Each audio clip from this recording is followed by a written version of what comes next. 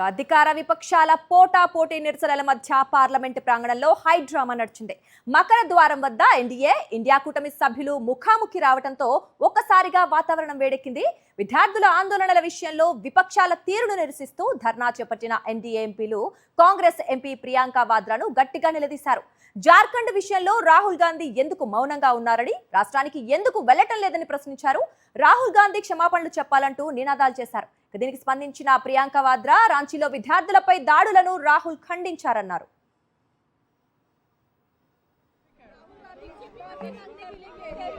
आपको लगता है मैम लगता है क्या राहुल जी डर रहे हैं अमित शाह का शर्म करो राहुल गांधी शर्म